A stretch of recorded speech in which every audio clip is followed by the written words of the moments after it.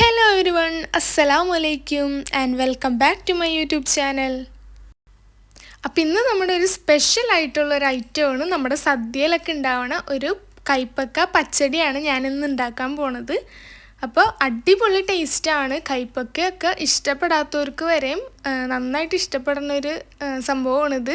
അപ്പോൾ എനിക്കൊന്നും കൈപ്പക്ക അങ്ങനെ ഇഷ്ടമില്ലാത്ത ഒരാളാണ്, പക്ഷേ ഈ ഒരു കറി എനിക്ക് ഭയങ്കര ഇഷ്ടമാണ്.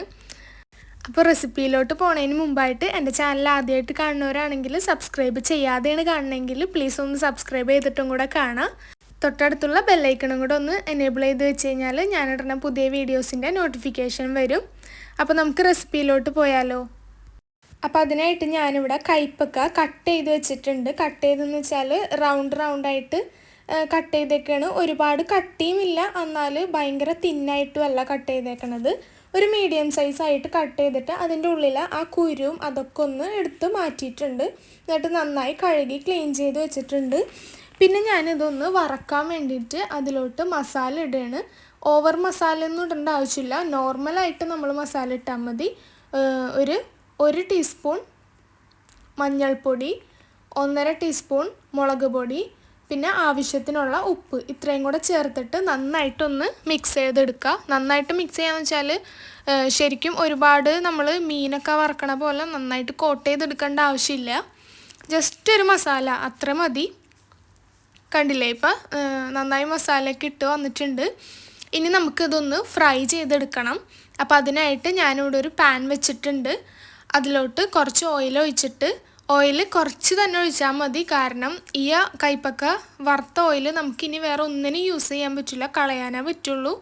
കാരണം അതിലോട്ട് കയ്പ്പ് ഇറങ്ങിയിട്ടുണ്ടാവും. അപ്പോൾ അതുകൊണ്ട് വേറെ യൂസ് ചെയ്യാൻ പറ്റാത്തതുകൊണ്ട് നമുക്ക് കുറച്ച് ഓയിൽ ഒഴിച്ചെടുത്താൽ മതി. ഇനി വേണമെന്നുണ്ടെങ്കിൽ കുറച്ചും കൂടെ ആഡ് ചെയ്ത് കൊടുത്താൽ മതി. എന്നിട്ട് ഫുള്ളായിട്ടും കൈപ്പക്ക അതിലോട്ട് ഇട്ടിട്ട് നന്നായിട്ടൊന്ന് വറുത്തെടുക്കുക. അപ്പോൾ ജസ്റ്റ് ഇടയ്ക്കൊന്ന് ഇളക്കി കൊടുക്കണം. മീഡിയം ഫ്ലെയിമിൽ വെച്ചാൽ മതി.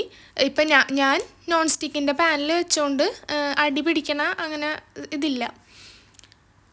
പിന്നെ അതിനായിട്ട് നമുക്ക് അത് വറക്കണ ടൈം കൊണ്ട് നമുക്ക് ഇതിനായിട്ടുള്ള അരപ്പുണ്ടാക്കാം. അപ്പം ഞാനിവിടെ ഒരു ചെറിയ മിക്സിയുടെ ജാർ എടുത്തിട്ട് അതിലോട്ടൊരു 5 ടീസ്പൂൺ തേങ്ങ ചിരകിയതാണ് ഇട്ട് കൊടുത്തേക്കണത്.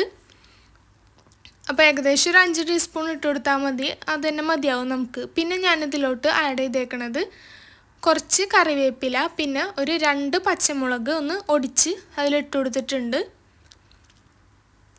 പിന്നെ നമ്മൾ ഇതിലോട്ട് ചേർക്കേണ്ടത് കടുകാണ്.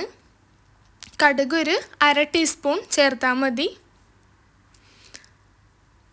1/2 ടീസ്പൂൺ കടുക് ചേർക്കുക.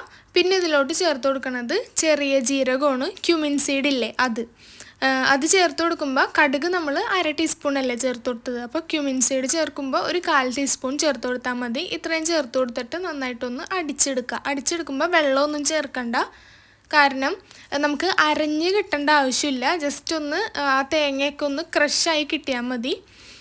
കണ്ടില്ലേ, ഈ ഒരു ടൈപ്പായിട്ട് കിട്ടിയാൽ മതി. കാരണം വെള്ളം ചേർത്ത് അടിച്ച് കഴിഞ്ഞാൽ അതിൻ്റെ ഒരു ടെക്സ്ചറും ടേസ്റ്റും തന്നെ മാറിപ്പോവും. പിന്നെ നമ്മൾ ഒരു ചട്ടി വെച്ചിട്ടുണ്ട്. ഞാനിവിടെ മൺചട്ടിയാണ് വെച്ചേക്കണത്.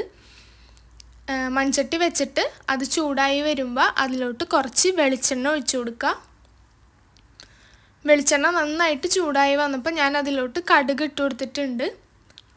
കടുക് എല്ലാവരും നന്നായിട്ട് പൊട്ടി വരുന്ന ആ ഒരു ടൈമിൽ കുറച്ച് ഉണക്കമുളക് ആഡ് ചെയ്ത് കൊടുത്തിട്ടുണ്ട്. എൻ്റെ കയ്യിൽ ഇവിടെ കുഞ്ഞ് ഉണക്കമുളകാണ് ഉള്ളത്, അതുകൊണ്ട് ഒരു 5-6 എണ്ണമൊക്കെ ഞാൻ ആഡ് ചെയ്ത് കൊടുത്തിട്ടുണ്ട്. നിങ്ങളുടെ മറ്റേ നീളത്തിലുള്ള ഉണക്കമുളകാണെങ്കിൽ ഒരു 2-3 എണ്ണമൊക്കെ ആഡ് ചെയ്ത് കൊടുത്താൽ മതി.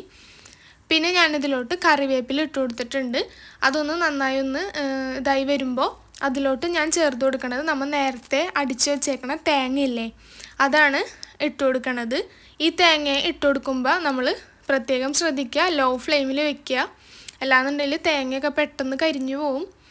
എന്നിട്ട് പിന്നെ നമുക്ക് ഒരുപാട് ടൈമൊന്നും ഇത് വഴറ്റേണ്ട ആവശ്യമില്ല. ഒരു 5-6 മിനിറ്റൊക്കെ ഒന്ന് വഴറ്റിയെടുത്താൽ മതി. കണ്ടില്ലേ, ഈ ഒരു പരുവമൊക്കെ ആയാൽ മതി. ഈ ഒരു പരുവമായി കഴിയുമ്പോൾ നമുക്കിതിലോട്ട് ചേർത്ത് കൊടുക്കേണ്ട ഒരു ഇൻഗ്രീഡിയൻ്റ് ആണ് തൈര്. തൈര് അപ്പോൾ പുളിയുള്ള തൈരാണെങ്കിൽ കുറച്ച് ചേർത്താൽ മതി. പിന്നെ നല്ല കട്ടി തൈര്, ഇപ്പം എൻ്റെ കയ്യിൽ നല്ല കട്ടി തൈരായതുകൊണ്ട് ഞാനൊന്ന് മിക്സിയിൽ അടിച്ചെടുത്തിട്ടുണ്ട്. അപ്പോൾ നല്ല കട്ടി തൈരൊക്കെ ആണെങ്കിൽ ഒന്ന് മിക്സിയിൽ അടിച്ചെടുക്കുക. അപ്പോൾ നല്ലൊരു പേസ്റ്റ് രൂപത്തിൽ കിട്ടും. എന്നിട്ട് പ്രത്യേകം ശ്രദ്ധിക്കാനുള്ള കാര്യം, ഈ തേങ്ങ ഒന്ന് വഴണ്ടി കഴിഞ്ഞാൽ നമ്മൾ ഫ്ലെയിം ഓഫ് ചെയ്യണം. ഫ്ലെയിം ഓഫ് ചെയ്തതിന് ശേഷം മാത്രം തൈര് ഒഴിച്ച് കൊടുക്കാൻ പാടുള്ളൂ. ഫ്ലെയിം ഓൺ ചെയ്തിട്ട് തൈര് ഒഴിച്ച് കൊടുക്കരുത്. അങ്ങനെ തൈരും കൂടെ ഒഴിച്ച് കൊടുത്ത് നന്നായിട്ടൊന്ന് മിക്സ് ചെയ്തതിന് ശേഷം നമ്മൾ വറുത്ത് വെച്ചേക്കണ കൈപ്പക്ക അതിലോട്ട് ഇട്ട് കൊടുത്തിട്ട് നന്നായിട്ടൊന്ന് മിക്സ് ചെയ്തെടുക്കുക. അപ്പോൾ ഇതിൽ നമ്മൾ ഇതുവരെ ഉപ്പ് ചേർത്തിട്ടില്ല.